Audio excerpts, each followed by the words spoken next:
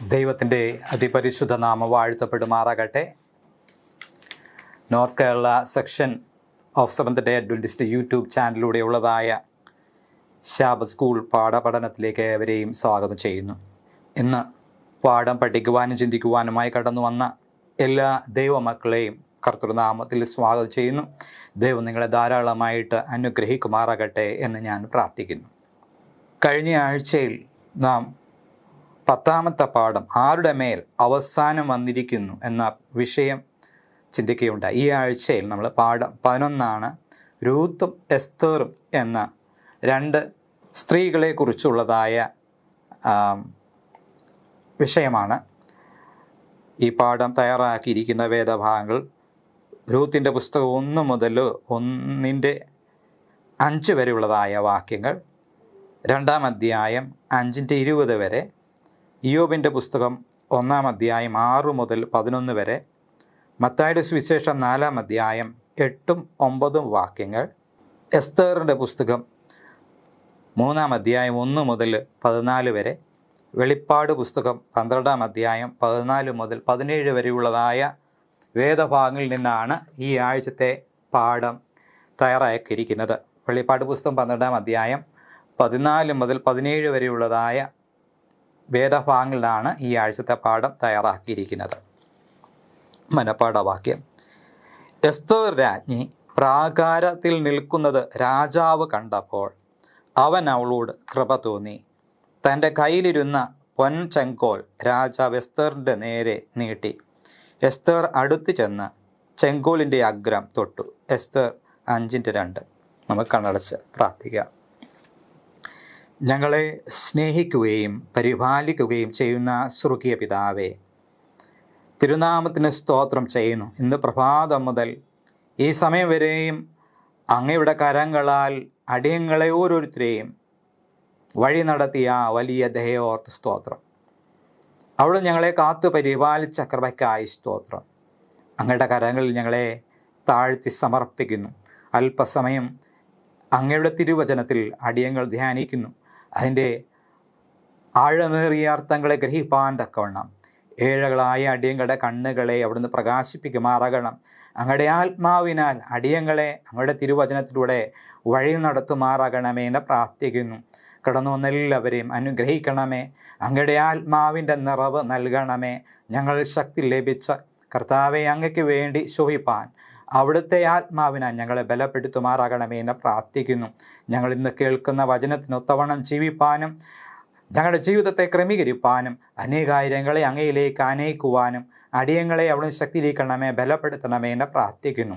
അങ്ങയുടെ തിരുവചനം പഠിക്കുവാൻ കർത്താവെ അടിയങ്ങൾക്ക് കൃപ നൽകണമേ എന്ന് പ്രാർത്ഥിക്കുന്നു. അങ്ങയുടെ കരങ്ങൾ തന്നെ താഴ്ത്തി സമർപ്പിക്കുന്നു. യേശു മൂലം താഴ്മയോട് ചോദിക്കുന്നു. കൃപയോടെ കേൾക്കണം പരിശുദ്ധ പിതാവേ, ആമേൻ. ഈ ആഴ്ചയിൽ നമ്മൾ അന്ത്യകാലത്ത് സംഭവത്തിനാസ്പദമായിട്ട് അല്ലെങ്കിൽ അന്ത്യകാലത്ത് നമ്മൾ നേരിടുന്നതായ പ്രതിസന്ധികളെ എങ്ങനെ തരണം ചെയ്യണം എന്ന തിരുവചനത്തിലുള്ള 2 കഥകളിലൂടെ നമ്മൾ മനസ്സിലാക്കുവാൻ പോവുകയാണ്. 2 സ്ത്രീകളുടെ ജീവിത അനുഭവത്തിലൂടെ നാം അത് മനസ്സിലാക്കുവാൻ പോവുകയാണ്. ഈ 2 സ്ത്രീകളുടെ കഥ അനേക ഹൃദയങ്ങളെ സ്പർശിച്ചതായ കഥകളാണ്. അനേക ക്രൈസ്തവരുടെ ഹൃദയത്തെ ആകർഷിച്ചതായ ഒരു കഥയാണ് പ്രത്യേകിച്ച് രൂത്തിൻ്റെയും എസ്തേറിൻ്റെയും കഥ.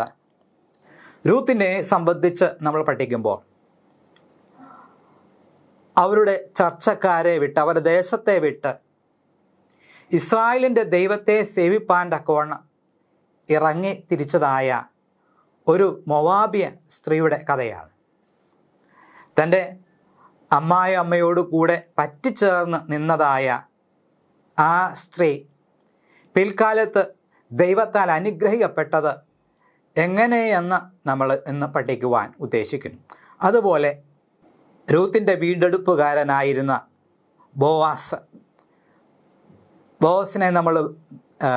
ബോസിനെ കുറിച്ച് നമ്മൾ ചിന്തിക്കുമ്പോൾ തിരുവെഴുത്തിൽ നമുക്ക് ക്രിസ്തുവിൻ്റെ ഒരു പ്രതീകമായിട്ട് നമുക്ക് കാണുവാൻ സാധിക്കുന്നു. എസ്തറിനെ സംബന്ധിച്ച് നമ്മൾ പഠിക്കുമ്പോൾ അന്യദേശക്കാരി ആയിരുന്ന എസ്തർ രാജ്ഞിയുടെ പദവി ലഭിക്കുകയും അങ്ങനെ ഇരിക്കുമ്പോൾ സ്വന്തം ജനങ്ങൾക്ക് വരുന്നതായ ആപത്ത് മനസ്സിലാക്കി ജീവൻ വെടിഞ്ഞ് ദൈവത്തിൽ സമർപ്പിച്ച് തിരിച്ചതായ സന്ദർഭത്തിൽ ദൈവം തൻ്റെ ജനത്തിന് വേണ്ടി പ്രവർത്തിക്കുന്നതായ സാഹചര്യം നമുക്ക് കാണുവാൻ കഴിയും. ഈ ഒരു 2 കഥയിലൂടെ അന്ത്യകാലത്ത് നാം നേരിടുന്നതായ എല്ലാ പ്രതികൂലങ്ങളിലും ദൈവം നമുക്ക് അനുകൂലമായിരിക്കുമെന്ന് അവിടെ പ്രത്യേകമായിട്ട് നമ്മൾ പഠിക്കുമ്പോൾ നമുക്ക് മനസ്സിലാക്കുവാൻ സാധിക്കും. ഈ പാഠത്തിലൂടെ നമുക്ക് എന്തൊക്കെ മനസ്സിലാക്കാം എന്ന് നമുക്കിന്ന് അന്വേഷിച്ച് നോക്കാം. ശനിയാഴ്ചത്തെ പാഠത്തിൽ ഇതാണ് മുഖപരയായിട്ട് കൊടുത്തിരിക്കുന്നത്. നമ്മൾ ഞായറാഴ്ചത്തെ പാഠത്തിലേക്ക് കടന്നു വരാം. അപ്പത്തിൻ്റെ ഭവനത്തിൽ ക്ഷാമം. നമ്മുടെ വിശ്വാസത്തിൽ ഉലച്ചൽ തട്ടുമ്പോൾ, നമ്മുടെ വിശ്വാസത്തിന് കോട്ടം തട്ടുമ്പോൾ പലപ്പോഴും പലരുടെയും ചിന്താഗതി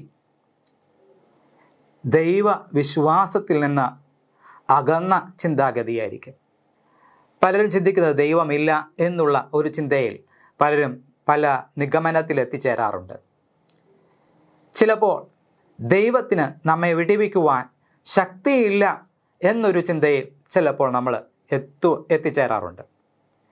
ചില സന്ദർഭങ്ങളിൽ ദൈവത്തിന് ശക്തി ഉണ്ടെങ്കിലും നമുക്ക് വേണ്ടി അവൻ പ്രവർത്തിക്കുന്നില്ല എന്നുള്ള ഒരു ചിന്തയിൽ നമ്മൾ എത്തിച്ചേരാറുണ്ട്. അല്ലെങ്കിൽ നമ്മൾ വ്രണപ്പെട്ടിരിക്കുന്നതായ സമയത്തിൽ, വേദനപ്പെട്ടിരിക്കുന്നതായ സമയത്ത് ദൈവം നമുക്ക് വേണ്ടി കരുതുന്നില്ല അല്ലെങ്കിൽ ശ്രദ്ധിക്കുന്നില്ല എന്നൊരു ചിന്തയിൽ നാം എത്താറുണ്ട്. എന്നാൽ ഇവിടെ അപ്പത്തിൻ്റെ ഭവനത്തിൽ ക്ഷാമം. അപ്പത്തിൻ്റെ ഭവനം എന്ന് പറയുന്നത് ബെത്ലഹേമാണ്. ബെത്ലഹേം എന്ന പദത്തിൻ്റെ അർത്ഥം അപ്പത്തിൻ്റെ ഭവനം എന്നാണ്. ബെത്ലഹേമിൽ ക്ഷാമം വന്നു. ദൈവത്തിൻ്റെ ജനത്തിനിടയിൽ ക്ഷാമം വന്നപ്പോൾ എഫ്രാത്യക്കാരനായിരുന്ന എലിമേലെക്കും നവോമയും തൻ്റെ മക്കളൊത്ത് കില്യോനും മഹ്ളൂനുമൊത്ത് അവർ മോവാബ് ദേശത്തേക്ക് കടന്നു പോകുന്നതായ ഒരു ചരിത്രം നമുക്ക് ഇവിടെ കാണുവാൻ സാധിക്കും. ജീവനുള്ള ദൈവത്തെ സേവിച്ചിരുന്നതായ ദേശത്ത് നിന്ന് വിഗ്രഹങ്ങളെ സേവിക്കുന്നതായ ദേശത്തേക്ക് കടന്നു പോകുകയാണ്. പലപ്പോഴും നമ്മുടെ ജീവിതത്തിൽ പ്രതികൂല സാഹചര്യങ്ങൾ നേരിടുമ്പോൾ ദൈവത്തെ മറന്ന് നാം നമുക്ക് സുഖസൗകര്യങ്ങൾ തരുന്നതായ, നമ്മുടെ ആവശ്യങ്ങൾ നിവർത്തിച്ചു തരുന്നതായ സ്ഥലങ്ങളിലേക്ക് നമ്മൾ പോകാറുണ്ട്. നമ്മുടെ സഭകളിലുള്ളതായ ചില ആൾക്കാർ പ്രതികൂല സാഹചര്യം വരുമ്പോൾ അവർ പറയും, ഞങ്ങൾ വേറെ വല്ല സഭയിലായിരുന്നെങ്കിൽ ഇപ്പോൾ എന്തൊക്കെ നേട്ടങ്ങൾ ഞങ്ങൾക്ക് കിട്ടുമായിരുന്നു.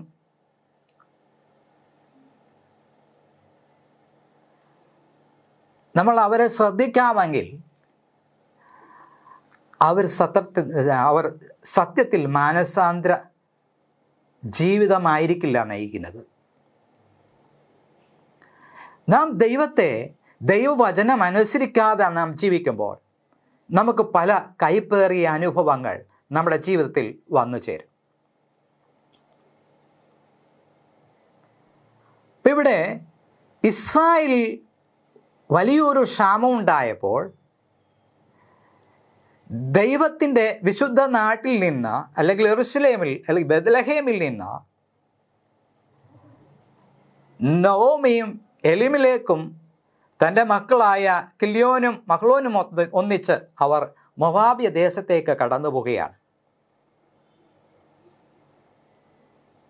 ഇവിടെ ദൈവത്തിൻ്റെ നാമത്തിലുള്ള ആലയമുണ്ടായിരുന്നു. അവിടെ വിഗ്രഹങ്ങളെ സേവിക്കുവാനുള്ളതായ ക്ഷേത്രങ്ങളുണ്ടായിരുന്നു.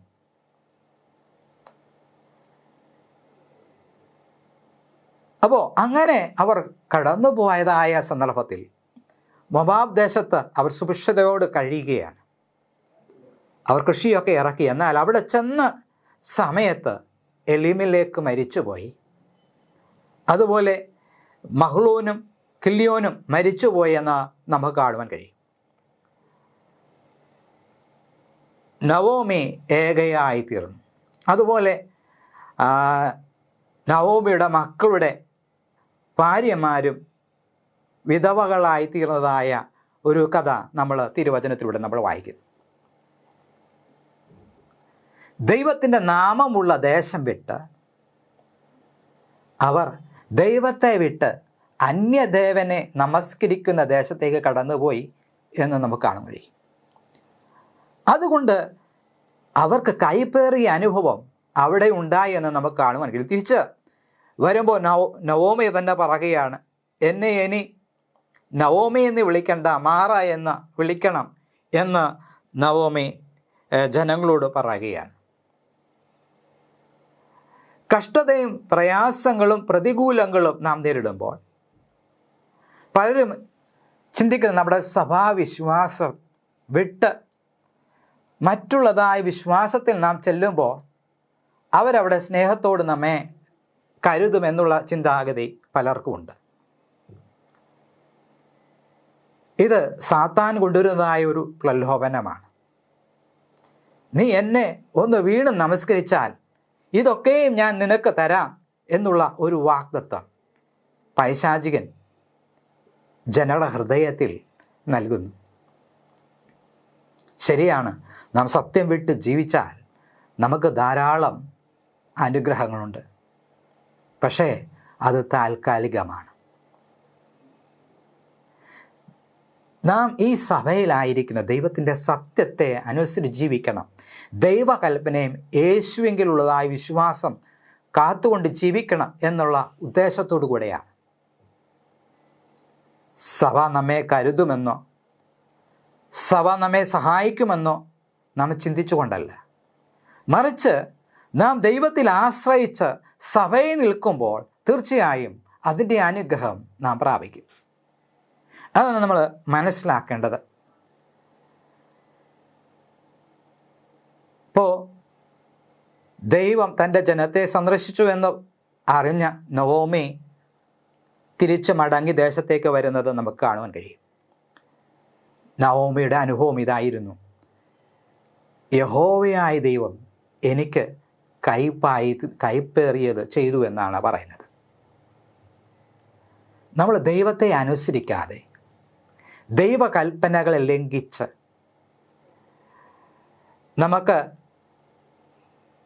നമുക്ക് നല്ല സഹായം ലഭിക്കുമെന്ന് പറഞ്ഞ് ദൈവത്തിൻ്റെ വചനം ഉപേക്ഷിച്ച് നാം കടന്നു പോകുമ്പോൾ ഒരിക്കലും അത് അനുഗ്രഹമായി തീരുകയില്ല, മറിച്ച് അത് ശാപത്തിന് വഴിയൊരുക്കുകയേ ചെയ്യുകയുള്ളൂ. ഈ ഒരു കഥയിൽ നമ്മൾ മനസ്സിലാക്കേണ്ടത്, നമുക്കെത്രമാത്രം പ്രതികൂലം കഷ്ടത നാം നേരിട്ടാലും ദൈവത്തിൽ നാം പൂർണ്ണമായി ഉറച്ചു നിന്നാൽ തീർച്ചയായും വിജയം പ്രാപിക്കും. മറിച്ച് കഷ്ടതയുടെ സമയത്ത് ദൈവകൽപ്പനയെ മറുത്ത് നമ്മുടെ ജീവിതത്തെ നന്മ കൊണ്ടുവരുവാൻ തക്കവണ്ണം നാം ശ്രമിച്ചാൽ തീർച്ചയായും അനുഗ്രഹത്തിന് പകരം ശാപമായി തീരും. മറിച്ച് നാം കഷ്ടത അനുഭവിച്ച് ദൈവത്തിൻ്റെ സത്യത്തിന് വേണ്ടി നിലനിന്നാൽ പിന്നത്തേതിൽ നമുക്ക് അനുഗ്രഹം പ്രാപിക്കുവാൻ സാധിക്കും. തിരുവചനം പഠിക്കുമ്പോൾ അനേക അവസരങ്ങളിൽ ഇതുപോലുള്ളതായ സന്ദർഭങ്ങൾ നമുക്ക് കാണുവാൻ കഴിയും. കഷ്ടതയുടെ നടുവിലൂടെ കടന്നുപോയ അനേക ദൈവ മക്കളുടെ ജീവിതത്തിൽ ദൈവം അവർക്ക് വേണ്ടി കരുതുന്നവനാണ്, ദൈവം അവരെ കാത്തു പരിപാലിക്കുന്നവനാണ് എന്ന് അവരുടെ ജീവിതത്തിലൂടെ നമുക്ക് മനസ്സിലാക്കുവാൻ സാധിക്കും. നവോമിയെപ്പോലെ നമ്മൾ ദൈവം നമുക്ക് അവകാശമായി തരുവാൻ ആരംഭത്തിൽ പദ്ധതിയിട്ടിരുന്നതിൽ നിന്ന് നമ്മെ തന്നെ ഒഴിവാക്കുകയും നമ്മുടെ ജീവിതം ക്ലേശകരമായി പോവുകയും ചെയ്യും. മറിച്ച് ദൈവത്തിൽ നാം ആശ്രയിച്ച് മുന്നോട്ട് നീങ്ങുമ്പോൾ നമ്മുടെ എല്ലാ വഴികളിലും ദൈവത്തിൻ്റെ അനുഗ്രഹം കാണും. ഈ ലോകം അന്ധകാരത്തിലാണ്. ദുഷ്ടതയിൽ മൂടി നിൽക്കുന്നതായ ഈ സന്ദർഭത്തിൽ പ്രിയമുള്ള ദൈവമക്കളെ, സത്യവചനത്തിനനുസരിച്ച് നാം ജീവിച്ചാൽ തീർച്ചയായും നമ്മോട് കൂടെ ദൈവമുണ്ടായിരിക്കും.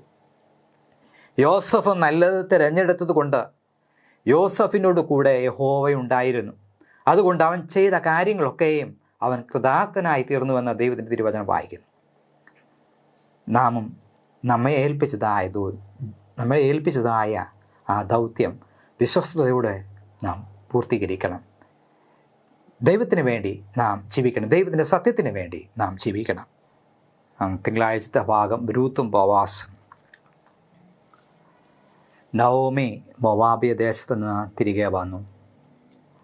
ജനങ്ങൾ നവോമിയെ എതിരേറ്റു. ഇതാരും നവോമിയോ എന്ന് ചോദിച്ചു. നവോമി അതിന് മറുപടി പറഞ്ഞ്, എന്നെ നവോമി എന്നല്ല വിളിക്കേണ്ടത്, മാറ എന്ന് വിളിക്കണം എന്ന്. കാരണം ദൈവം എനിക്ക് കയ്പായത് ചെയ്തു എന്നാണ് നവോമി അവരോട് സാക്ഷ്യം വഹിച്ചത്. പ്രിയമുള്ള ദൈവമക്കളെ, കഷ്ടതയും പ്രതികൂലങ്ങളും നാം നേരിടുമ്പോൾ ദൈവിക നിർദ്ദേശത്തിൽ നിന്ന് നാം പിന്മാറിപ്പോയാൽ പലപ്പോഴും അത് ശാപമായിട്ട് മാറും. അനുഗ്രഹത്തിന് പകരം അത് ശാപമായിട്ട് മാറും. നമ്മുടെ ജീവിതത്തിൽ നാം ചിന്തിക്കാത്തതായ അനേക കാര്യങ്ങൾ നാം നേരിടേണ്ടതായിട്ട് വരും.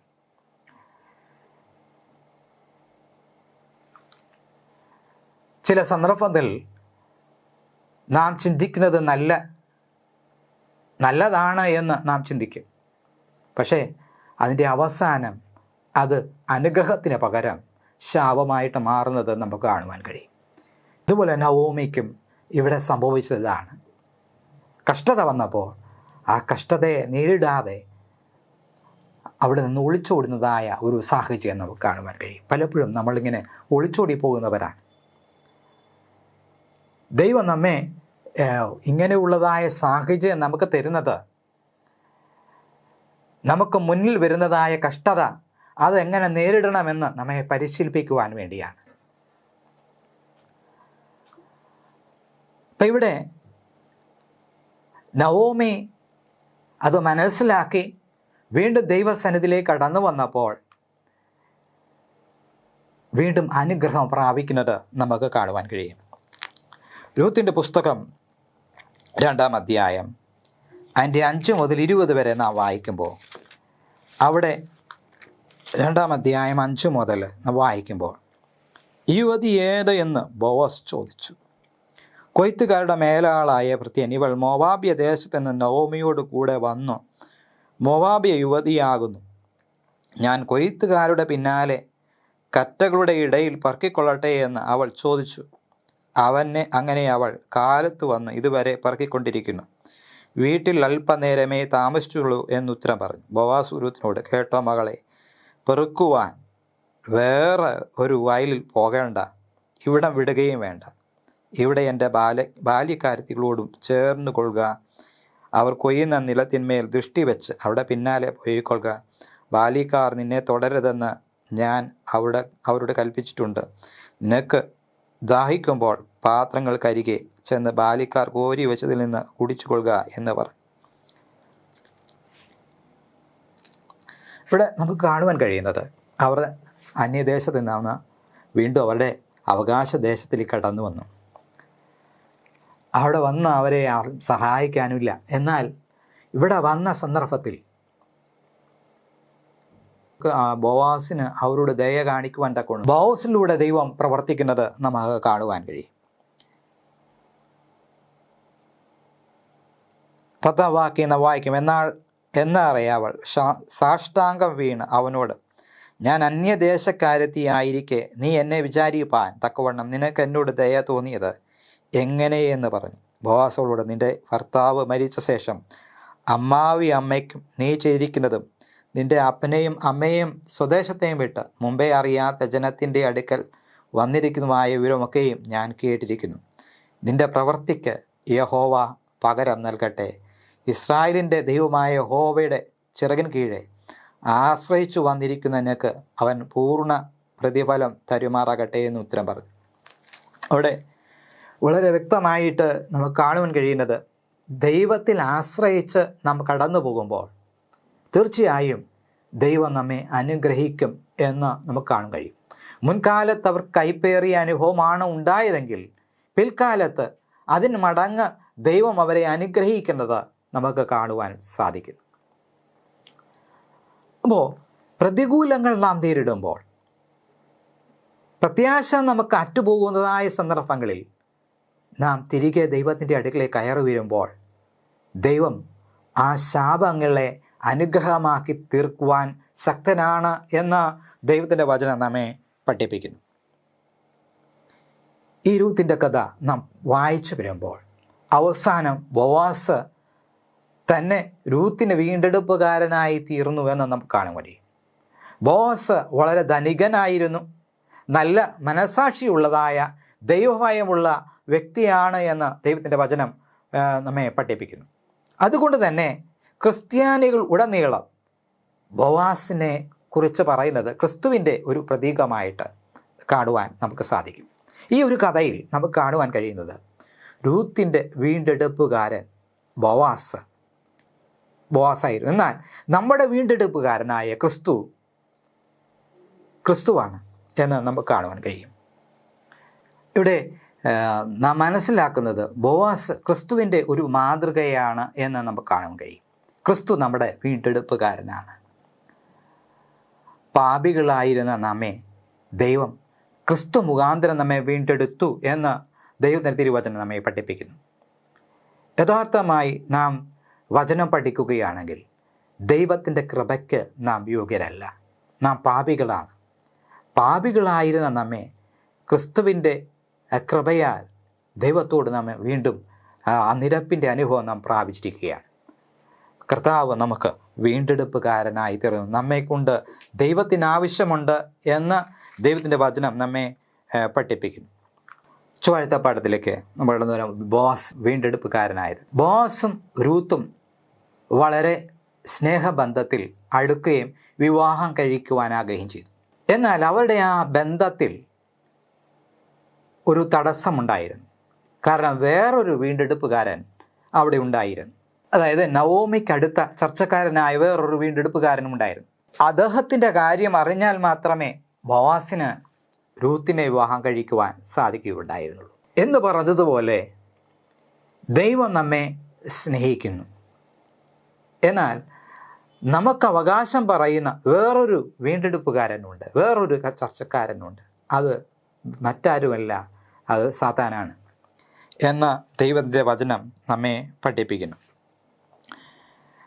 ഇയ്യോബിൻ്റെ പുസ്തകം 1-ാം അധ്യായം അതിൻ്റെ 6 മുതൽ 11 വരെ നാം വായിക്കുമ്പോൾ, ഇയ്യോബിൻ്റെ പുസ്തകം 1-ാം അധ്യായം അതിൻ്റെ 6 മുതൽ 11 വരെ നാം വായിക്കുമ്പോൾ അവിടെ നമുക്ക് കാണുവാൻ കഴിയുന്നത്, ഒരു ദിവസം ദൈവപുത്രന്മാർ യഹോവയുടെ സന്നിധിയിൽ നിൽപ്പാൻ ചെന്നു. അവരുടെ കൂട്ടത്തിൽ സാത്താനും ചെന്നു. യഹോവ സാത്താനോട്, നീ എവിടെ നിന്ന് വരുന്നുവെന്ന് ചോദിച്ചതിന് സാത്താൻ യഹോവയോട്, ഞാൻ ഭൂമിയിൽ ഊടാടി സഞ്ചരിച്ചിട്ട് വരുന്നു എന്നുത്തരം പറഞ്ഞു. യഹോവ സാത്താനോട്, എൻ്റെ ദാസനായ യോബിന്മേൽ നീ ദൃഷ്ടി വെച്ചുവോ? അവനെ പോലെ നിഷ്കളങ്കനും നേരുള്ളവനും ദൈവഭക്തനും ദോഷം വിട്ടകലുന്നവനും ഭൂമിയിൽ ആരുമില്ലല്ലോ എന്ന് അരുളി ചെയ്തു. അതിന് സാത്താൻ യഹോവയോട്, വെറുതെയോ ഇയ്യോബ് ദൈവഭക്തനായിരിക്കുന്നത്? നീ അവനും അവൻ്റെ വീട്ടിനും അവനുള്ള സകലത്തിനു ചുറ്റും വേലി കെട്ടിയിട്ടില്ലയോ? നീ അവൻ്റെ പ്രവൃത്തിയെ അനുഗ്രഹിച്ചിരിക്കുന്നു. അവൻ്റെ മൃഗസമ്പത്ത് ദേശത്ത് പെരുകിയിരിക്കുന്നു. തൃക്കൈ നീട്ടി അവനുള്ളതൊക്കെയും ഒന്ന് തൊടുക, അവൻ നിന്നെ മുഖത്ത് നോക്കി ത്യജിച്ചു പറയും എന്ന് ഉത്തരം പറഞ്ഞു. അപ്പം അവിടെ നമുക്ക് കാണുവാൻ കഴിയേണ്ടത്, നമ്മുടെ പ്രതിയോഗിയായ സാത്താൻ ദൈവത്തിന് മുമ്പാകെ നമ്മെക്കുറിച്ചുള്ളതായ അപവാദങ്ങൾ പറയുന്നത് ഇങ്ങനെയാണ് എന്ന് അവിടെ കാണിക്കുന്നു. ഇവിടെ ഇയ്യോബിനെ കുറിച്ച് പറയുകയാണ്, ദൈവം അവനെക്കുറിച്ച് കൂടുതലായി കരുതുന്നത് കൊണ്ടാണ്, ദൈവം അവന് സമ്പത്ത് വർദ്ധിപ്പിച്ചത് കൊണ്ടാണ്, ദൈവം അവന് ചുറ്റും വേലി കെട്ടി അവനെ സുരക്ഷിതമാക്കിയത് കൊണ്ടാണ് അവൻ ദൈവത്തെ സേവിക്കുന്നത്. മറിച്ച് അവന് കഷ്ടത കൊടുത്താൽ അവൻ എന്നെ സേവിക്കും എന്നുള്ളതായ ചിന്തയാണ് അവിടെ കൊടുത്തത്. അതായത് ഇയ്യോബ് അവൻ്റേതാണ് എന്ന് അവിടെ പറയുകയാണ്. അപ്പോൾ ഇവിടെ നമുക്ക് കാണുവാൻ സാധിക്കുന്നത്, ഇയ്യോബ് ദൈവത്തെ സ്നേഹിക്കുന്നത്, ദൈവത്തെ സേവിക്കുന്നത് ദൈവത്തിൽ നിന്ന് അനുഗ്രഹം പ്രാപിച്ചത് കൊണ്ടാണ് എന്നാണ്. നമ്മുടെ ജീവിതത്തിൽ പലപ്പോഴും ഇതുപോലുള്ളതായ സാഹചര്യം വരുമ്പോൾ നാം ദൈവത്തെ ത്യജിക്കുന്നവരായിട്ട് ജീവിക്കുന്നു. പരീക്ഷ ഏറുന്നതായ സന്ദർഭങ്ങളിൽ, കഷ്ടത ഏറുന്നതായ സന്ദർഭങ്ങളിൽ നമ്മളെന്ത് ചെയ്യും? ദൈവത്തെ തഴയുന്നതായ ഒരു രീതി പലരുടെ അനുഭവത്തിൽ നമുക്ക് കാണുവാൻ കഴിയും. പക്ഷേ നമ്മൾ ആ രീതിയല്ല നമ്മൾ അനുകരിക്കേണ്ടത്. കഷ്ടതയുടെ നടുവിലും പ്രതികൂലങ്ങളുടെ നടുവിലും നമ്മൾ ദൈവത്തെ മുറുകെ പിടിക്കണം. ദൈവത്തെ നാം സ്നേഹിക്കുന്നവരായിരിക്കണം. ദൈവകൽപ്പന നാം അനുസരിക്കുന്നവരായിരിക്കണം. എങ്കിൽ മാത്രമേ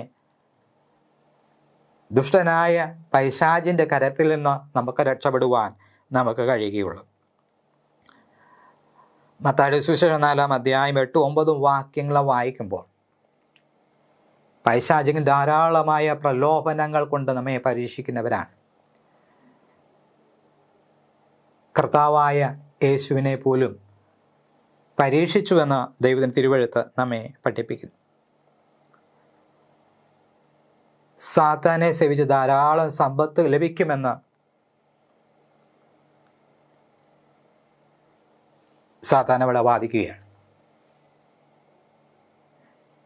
നമ്മുടെ എല്ലാ പ്രശ്നങ്ങൾക്ക് പരിഹാരങ്ങൾ സാത്താനാണെന്ന് അവൻ വാദിക്കുക. മോശയുടെ ശരീരത്തിന് വരെ സാത്താൻ വാദിച്ചു.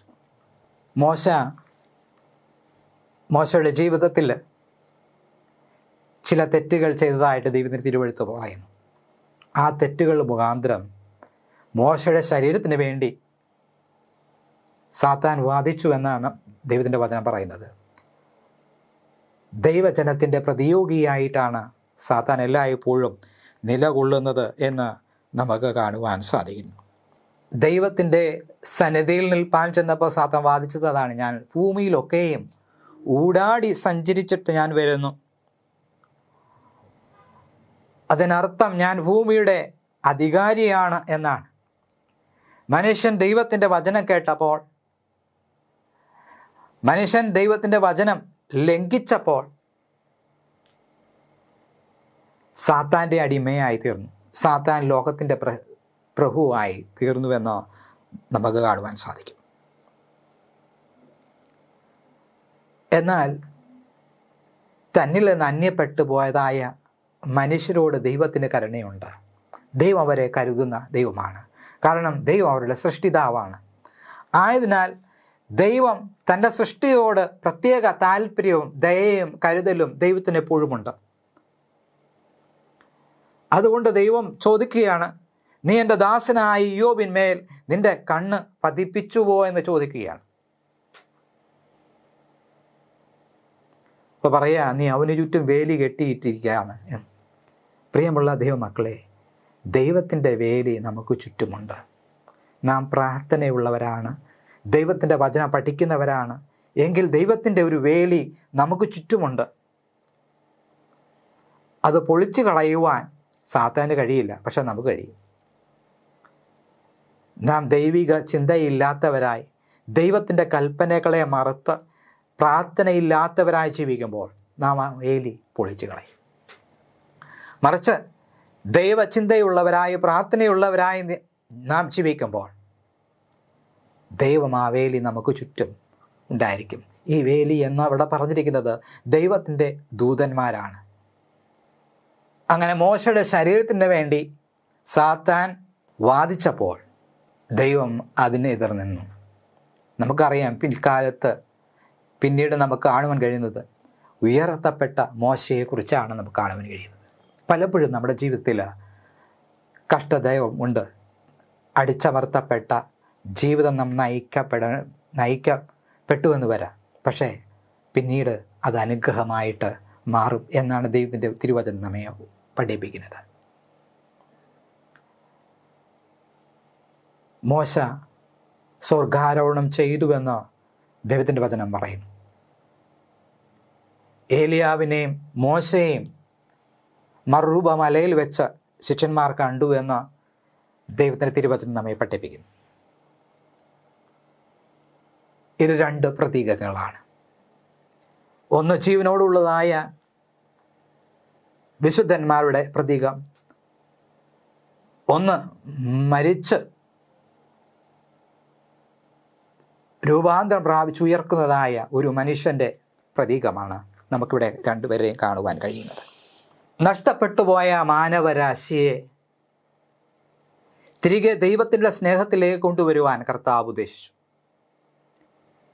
പക്ഷേ അതിന് തടസ്സമായിട്ട് പൈശാചികനും അവൻ്റെ ദൂതന്മാരും എതിർപ്പെട്ടു എന്ന് നമുക്ക് കാണാൻ കഴിയും.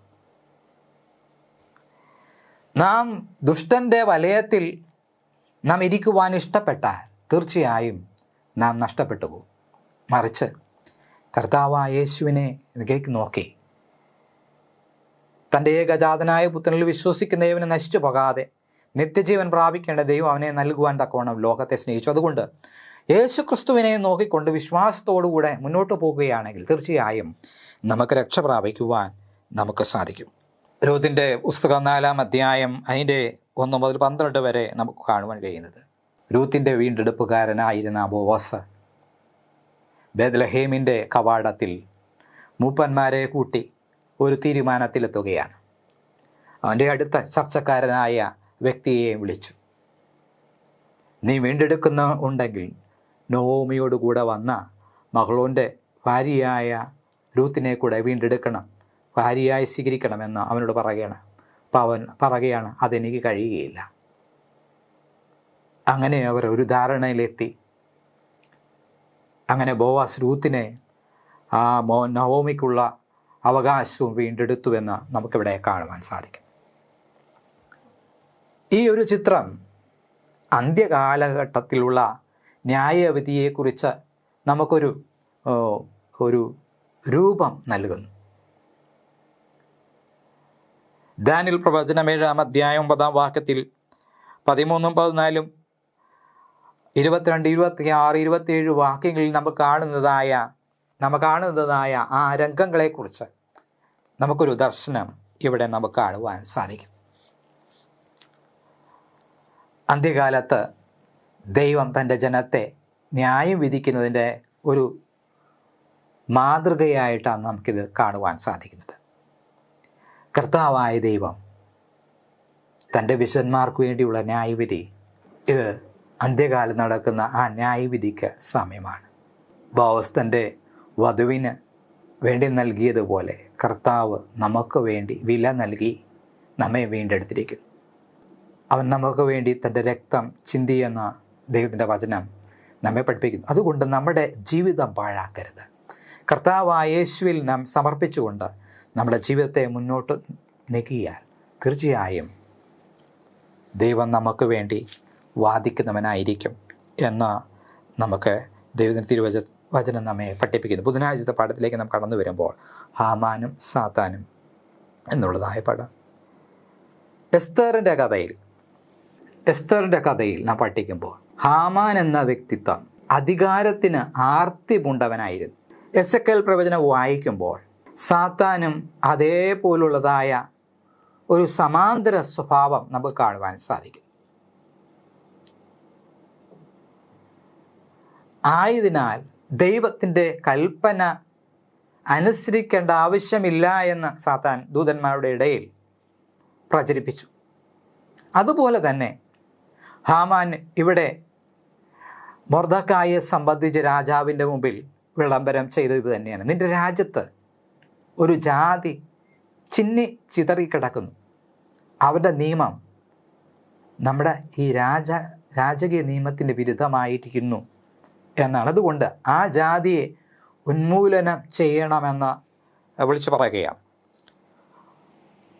എസ്തറിൻ്റെ പുസ്തകം 3-ാം അധ്യായം 8-ാം വാക്യം 8-ാം വാക്യം വായിക്കുമ്പോൾ, പിന്നെ ഹാമാൻ അഹശ്വേരോശ് രാജാവിനോട്, നിന്റെ രാജ്യത്തിലെ സകല സംസ്ഥാനങ്ങളിലുമുള്ള ജാതികളുടെ ഇടയിൽ ഒരു ജാതി ചിന്നിച്ചിതറിക്കിടക്കുന്നു. അവിടെ ന്യായപ്രമാണങ്ങൾ മറ്റുള്ള സകല ജാതികളുടേതിനോടും വ്യത്യാസപ്പെട്ടിരിക്കുന്നു. അവർ രാജാവിൻ്റെ പ്രമാണങ്ങളെ അനുസരിക്കുന്നതുമില്ല. അതുകൊണ്ട് അവരെ അങ്ങനെ വിടുന്നത് രാജാവിന് യോഗ്യമല്ല. രാജാവിന് സമ്മതമുണ്ടെങ്കിൽ അവരെ നശിപ്പിക്കേണ്ടത് സന്ദേശം എഴുതി അയക്കണം. എന്നാൽ ഞാൻ കാര്യവിചാരകന്മാരുടെ കയ്യിൽ 10,000 താലന്ത് വെള്ളി രാജാവിൻ്റെ മണ്ഡലത്തിലേക്ക് കൊടുത്തയക്കാം എന്ന് ഹാമാൻ പറയുകയാണ്. ഈ ഒരു വാക്യം അന്ത്യകാലത്തേക്ക് വേണ്ടി പ്രയോജനം പ്രചോദനം ചെയ്യുന്നതായ ഒരു വാക്യമാണ്. ഇവിടെ മൊർദെഖായി അന്യദേശത്താണ്. അവൻ യഹൂദനാണ്, ദൈവകൽപ്പന അനുസരിക്കുന്നവനാണ്. അവൻ്റെ ദൈവത്തിൻ്റെ കൽപ്പനയനുസരിച്ച് ദൈവത്തിൻ്റെ മുമ്പാകെ മാത്രമേ അവൻ തലമണക്കുകയുള്ളൂ. ദൈവത്തെ മാത്രമേ അവൻ നമസ്കരിക്കുകയുള്ളൂ. എന്നാൽ ഹാമാന് രാജാവ് ഉന്നത പദവി കൊടുത്തു. ദേശത്തിലെ സകലരും ഹാമാനെ കണ്ട് നമസ്കരിക്കുന്നുവെങ്കിലും മൊർദെഖായി മാത്രം നമസ്കരിച്ചില്ല എന്ന് ദൈവത്തിൻ്റെ തിരുവെഴുത്തും പഠിപ്പിക്കുന്നു. അപ്പോൾ അന്വേഷിച്ചപ്പോൾ അവൻ യഹൂദനാണ് എന്ന് മൊർദെഖായി മനസ്സിലാക്കി. അതുകൊണ്ട് മൊർദെഖായി നിമിത്തം ഈ ദൈവകൽപ്പന അനുസരിക്കുന്ന ഈ ജാതിയെ ദേശത്ത് നിന്ന് ഉന്മൂലനാശം ചെയ്യണമെന്ന് ഹാമാൻ ചിന്തിക്കുകയാണ്. അത് രാജാവിൻ്റെ കയ്യിൽ നിന്ന് അധികാരം വാങ്ങുന്നത് നമുക്ക് കാണുവാൻ സാധിക്കും. അങ്ങനെ രാജാവിൻ്റെ മുദ്ര വെച്ചതായ, രാജാവിൻ്റെ മുദ്രാബോധനം പതിപ്പിച്ചതായ ഈ എഴുത്ത് സംസ്ഥാനത്തിലുള്ള സകല ദേശത്ത് 120 സംസ്ഥാനത്തിലേക്കും കൊടുത്തയച്ചു. അഞ്ചൽക്കാർ വഴി കൊടുത്തയച്ചു വിളംബരം ചെയ്യിച്ചു. എസ്തറിനും എസ്തറിൻ്റെ ജനത്തിനും വന്നിച്ചിരുന്നതായ പ്രശ്നങ്ങൾ അറിഞ്ഞപ്പോൾ രാജാവിന് മുഖം കാണിക്കണമെന്ന് എസ്തർ ചിന്തിച്ചു. പക്ഷേ രാജാവിൻ്റെ ചെങ്കോൽ നീട്ടിയില്ലെങ്കിൽ അതും പ്രശ്നമാണ്. അപ്പോൾ എല്ലാവരും എസ്തറിന് വേണ്ടി 3 ദിവസം ഉപവസിച്ച് പ്രാർത്ഥിച്ചു.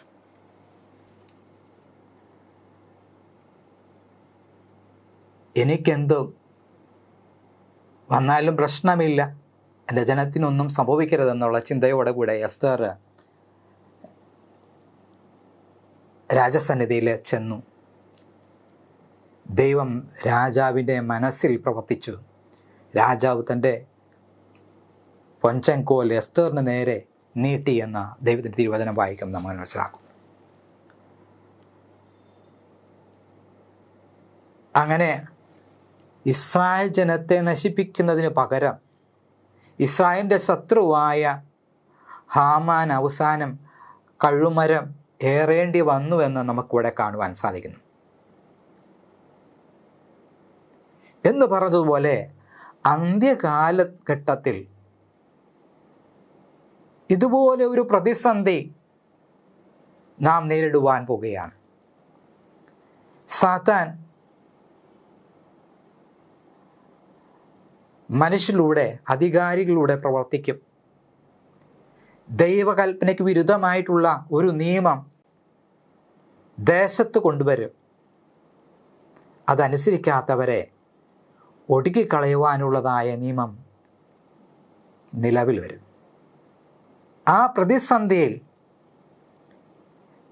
ദൈവത്തെ അന്വേഷിക്കുന്നതായ വിശുദ്ധന്മാർ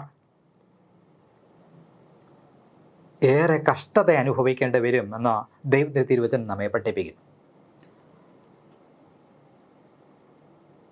എന്നാൽ ദൈവം അവിടെ പ്രവർത്തിക്കും.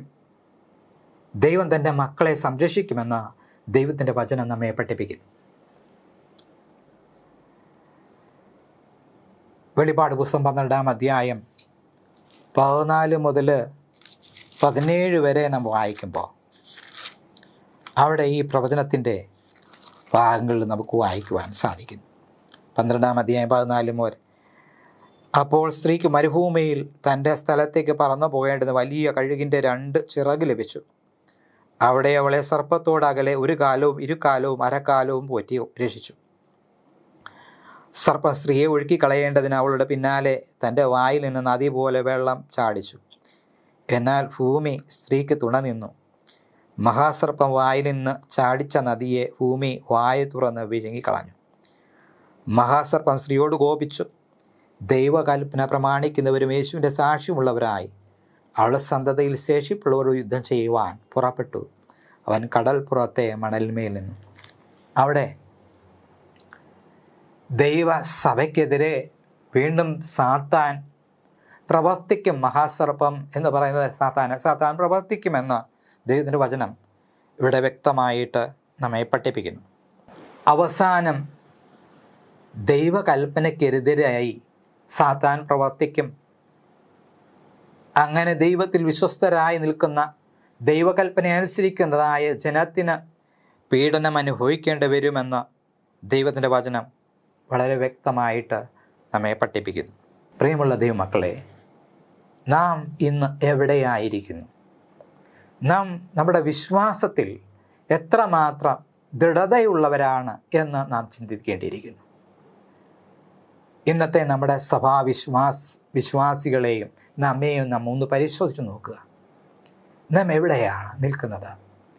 നാം പ്രതികൂലം വരുമ്പോൾ ദൈവത്തിൻ്റെ കൽപ്പനയെ മുറുകെ പിടിക്കുന്നവരാണോ? ദൈവത്തിന് വേണ്ടി നാം ജീവിക്കുന്നവരാണോ എന്ന് നാം ചിന്തിക്കുക. ദൈവത്തെ അനുസരിക്കുവാൻ തക്കോണം, ദൈവത്തിൻ്റെ വചനം പ്രമാണിക്കുവാൻ തക്കോണം ഒരുക്കമുള്ളവരായി നമുക്ക് ജീവിക്കാം. അതിനായി ദൈവകരങ്ങളിൽ നമ്മെ തന്നെ സമർപ്പിക്കാം. നമുക്ക് വ്യാഴാഴ്ചത്തെ പാഠത്തിലേക്ക് നമുക്ക് കടന്നു വരാം. ഇങ്ങനെയുള്ള ഒരു കാലത്തിനായിട്ട് എന്ന് തിരുവചനം നാം പഠിക്കുമ്പോൾ അനേക ദൈവ കുഞ്ഞുങ്ങളുടെ മാർഗമധ്യേ തടസ്സങ്ങൾ അവർ നേരിട്ടിട്ടുണ്ട്, പ്രതികൂലങ്ങൾ അവർ നേരിട്ടിട്ടുണ്ട്. പക്ഷേ അവർ ആ പ്രതികൂലങ്ങൾ നേരിടുന്നതിന് മുമ്പായി ദൈവം ഒരു പോംവഴി മുൻകൂട്ടി നിയമിച്ചിരിക്കും. പ്രത്യേകിച്ച് കനാനിൽ ക്ഷാമമുണ്ടായി. ആ സന്ദർഭത്തിൽ യോസഫ് മുൻകൂട്ടി മിസ്രൈമിൽ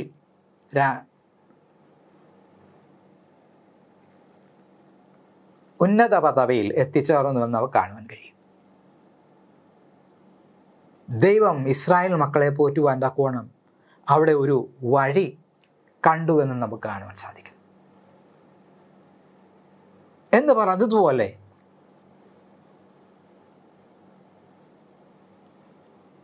അഹസ്വേരോസ് രാജാവിൻ്റെ കാലത്ത് അവർ നേരിട്ടതായ പ്രതികൂലങ്ങളിൽ അവരെ രക്ഷപ്പെടുവാൻ തക്കവണ്ണം അവിടെ എസ്തറിനെ രാജ്ഞിയായി കൊണ്ടുവരുവാൻ തക്കവണ്ണം ദൈവത്തിന് ഇഷ്ടം തോന്നി. ഇതൊക്കെ നമുക്ക് കാണുവാൻ കഴിയുന്നത് നമ്മുടെ ദൈവം നമ്മെ എന്തുമാത്രം കരുതുന്നു, എത്ര വിചിത്രമായ രീതിയിൽ, എത്ര അത്ഭുതകരമായ രീതിയിലാണ് ദൈവം നമ്മെ വഴി നടത്തി കൊണ്ടുപോകുന്നത്. നമുക്ക് മുൻപേ വരുവാൻ ഉള്ളതായ എല്ലാ പ്രതികൂലങ്ങളെയും മുൻകൂട്ടി കണ്ടിട്ട് അതിനായുള്ള പോംവഴിയെ ദൈവം മുൻകൂട്ടി നിശ്ചയിച്ചിരിക്കുന്നുവെന്ന് നമുക്ക് കാണുവാൻ കഴിയും. ഈ അന്ത്യകാലത്ത് ഇതുപോലുള്ളതായ ദുർഘട സമയങ്ങൾ നാം നേരിടും. ഈ സന്ദർഭത്തിൽ ദൈവത്തിൻ്റെ സാന്നിധ്യം തീർച്ചയായും നമ്മോട് കൂടെ ഉണ്ടായിരിക്കും. മൊർദെഖായി എസ്തറിനോട് ഈ വണ്ണം പറയുകയാണ്.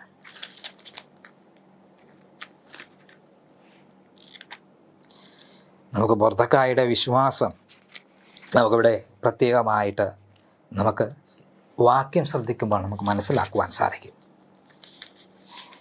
എസ്തർ എന്ന പുസ്തകത്തിൽ ദൈവം എന്നതായ ഒരു വാക്ക് ഇല്ല. എന്നാൽ അത് വായിക്കുമ്പോൾ ദൈവത്തിൽ നമുക്ക് ഉള്ളതായ വിശ്വാസം വർദ്ധിക്കും. ആ ഓരോ വാക്കുകൾക്കും പിന്നിൽ ദൈവം മറഞ്ഞിരിക്കുന്നതായിട്ട്, ദൈവത്തിൻ്റെ പ്രവൃത്തി മറഞ്ഞിരിക്കുന്നതായിട്ട് നമുക്ക് ദർശിക്കുവാൻ കഴിയുന്നില്ലെങ്കിൽ നമ്മളത് ദർശിക്കണം.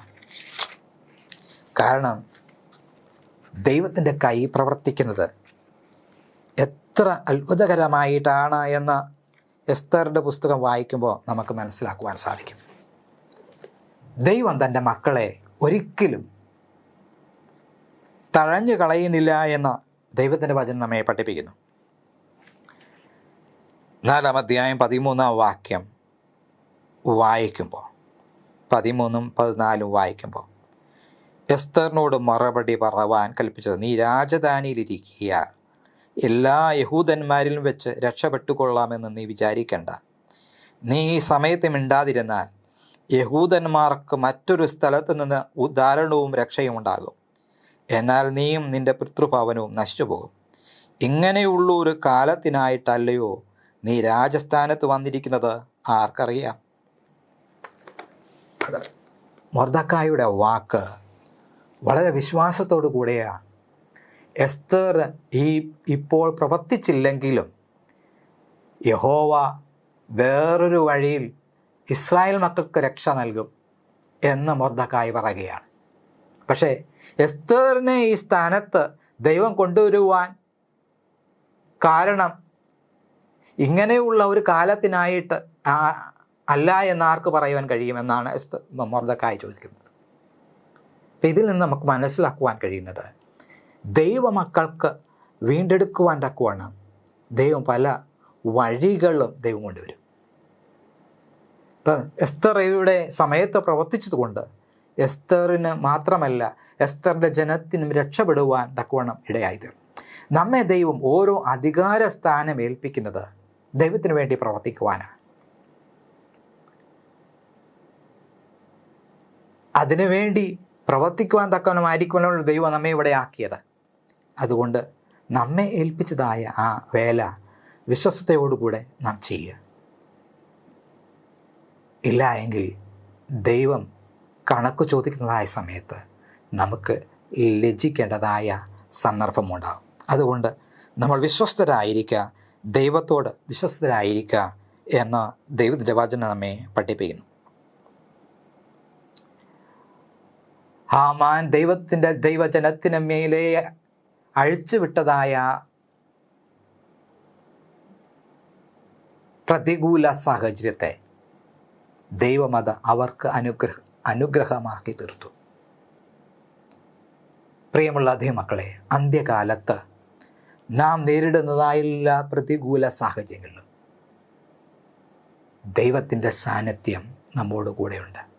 അവൻ പരീക്ഷയോട് കൂടെ പോക്കുവഴിയും വെക്കുമെന്ന് ദൈവത്തിൻ്റെ വചനം പറയും.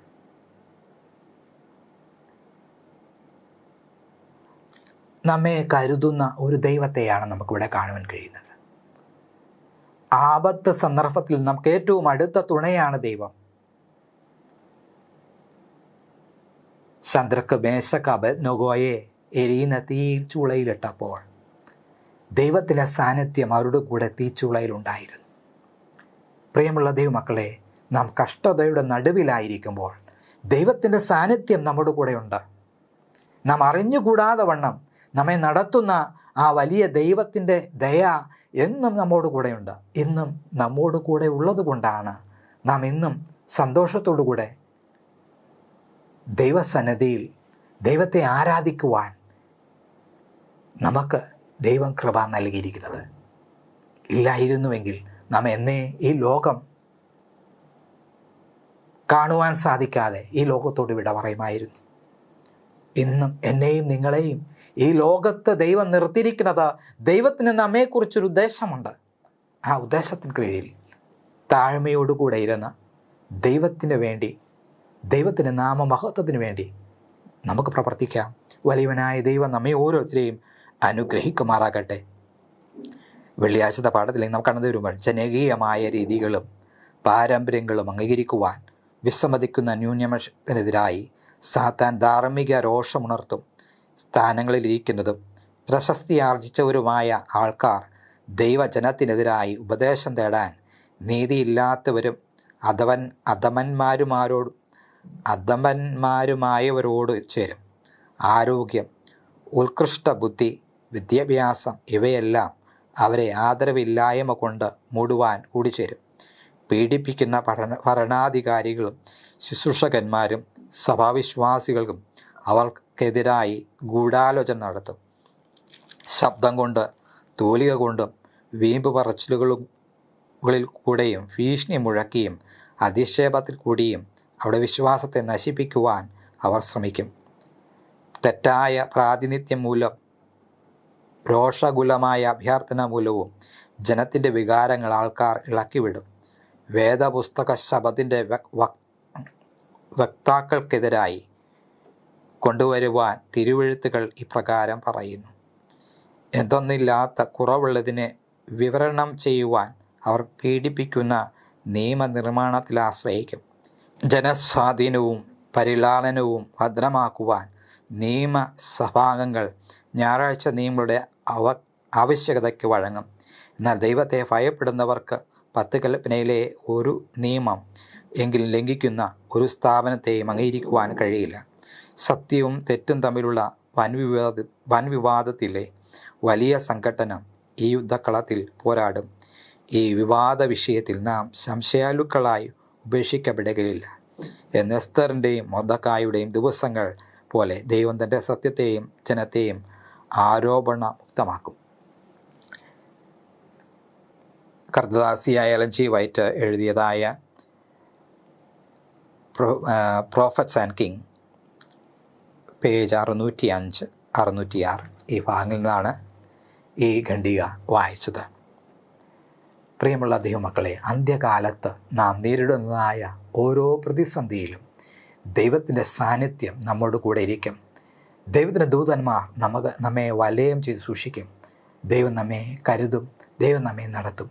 ആ വലിയ ദയയുള്ള ദിവ്യ സ്നേഹത്താൽ നമ്മെ മൂടുന്ന ആ ദൈവകരങ്ങളിൽ നമ്മെ തന്നെ സമർപ്പിച്ചുകൊണ്ട് നമുക്ക് മുന്നോട്ട് നീങ്ങാം. ദൈവം നമ്മെ ഓരോരുത്തരെയും അനുഗ്രഹിക്കുമാറാകട്ടെ. ആമേൻ. നമുക്ക് ഒരു വാക്ക് പ്രാർത്ഥിക്കാം. ഞങ്ങളെ സ്നേഹിക്കുകയും പരിപാലിക്കുകയും ചെയ്യുന്ന സ്വർഗീയ പിതാവേ, അങ്ങയുടെ കരങ്ങളിൽ അടിയങ്ങളെ ഓരോരുത്തരെയും സമർപ്പിക്കുന്നു. കർത്താവേ, അന്ത്യകാലത്ത് ദുർഘട സമയങ്ങൾ വരികയും അത് ഇഷ്ടമില്ല എന്ന് പറയുന്നതായ നാഴികയും അടുത്തു വരുന്നത് കൊണ്ട് കർത്താവേ, അതിനോട് എതിർത്ത് നിന്ന് വിജയം വരിക്കുവാൻ, കർത്താവിന് വേണ്ടി ജീവിപ്പാൻ, ദൈവകൽപ്പനയുമേശുള്ള വിശ്വാസമുള്ളവരായി ജീവിപ്പാൻ അടിയങ്ങളെ സഹായിക്കണമേ. അങ്ങയുടെ കരങ്ങളിൽ ഞങ്ങളെ താഴ്ത്തി സമർപ്പിക്കുന്നു. പൈശാചികൻ്റെ വലയിൽ നിന്ന് ഞങ്ങളെ വിടുവിക്കണം. അവിടുത്തെ കരങ്ങളാൽ ഞങ്ങളെ വഴി നടത്തി കാക്കുമാറാകണം. എല്ലാം യേശു മൂലം താഴ്മയിൽ ചോദിക്കുന്നു. കൃപയോടെ കേൾക്കണം. പരിശുദ്ധ പിതാവേ, ആമേൻ. ദൈവം നമ്മെ എല്ലാവരെയും അനുഗ്രഹിക്കുമാറാകട്ടെ. ആമേൻ.